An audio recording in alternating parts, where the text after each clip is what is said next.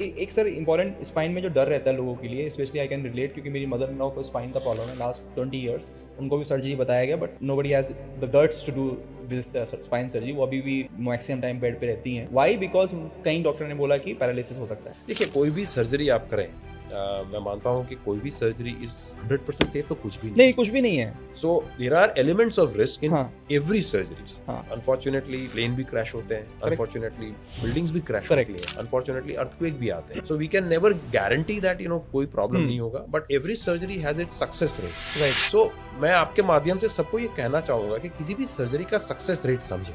अगर success rate is more than 85-90%, then it's a very good surgery to undergo. जो surgery का success rate less than 60% है, that is 1 in 2 success, which is not a very good success rate. कि 2 में से 1 fail हो ये जाएगा, तो गलत। बट 10 में से 8 अगर सक्सेसफुल होते हैं, so हाँ। that is a very successful Successful, surgery. correct. So today majority of spine surgery are having success rate of more than 85%. Okay, fantastic. Majority और सिंपल सर्जरी जैसे डिस्क herniation हो हाँ। गया, लंबर कैनाल स्टेनोसिस माने nerve पे compression हुआ, उनका success rate is more then 93-94%. Okay, so awesome. 10 में से 9 पेशेंट को अपना डिजायर्ड रिजल्ट मिलता है। ठीक। पैरालिसिस का डर पहले था, हाँ। क्योंकि पहले शायद उतना स्पाइन पे एक्सपीरियंस नहीं था, पहले उतना अंडरस्टैंडिंग नहीं था। Hmm. But I think in today's time, since last 10-15 years, I think वो डर मेरे हिसाब से बिल्कुल बेबुनियाद, ओके। उसका कोई मतलब नहीं है। Having said that, yes there is an element of risk कि कोई नर्व डैमेज हो गया या स्पाइनल कॉर्ड पे कोई डैमेज हो गया, but the chances are less than 1%। Correct. So मेरे हिसाब से 100 में से 1 को अगर होता है तो उससे इतना डरना नहीं चाहिए।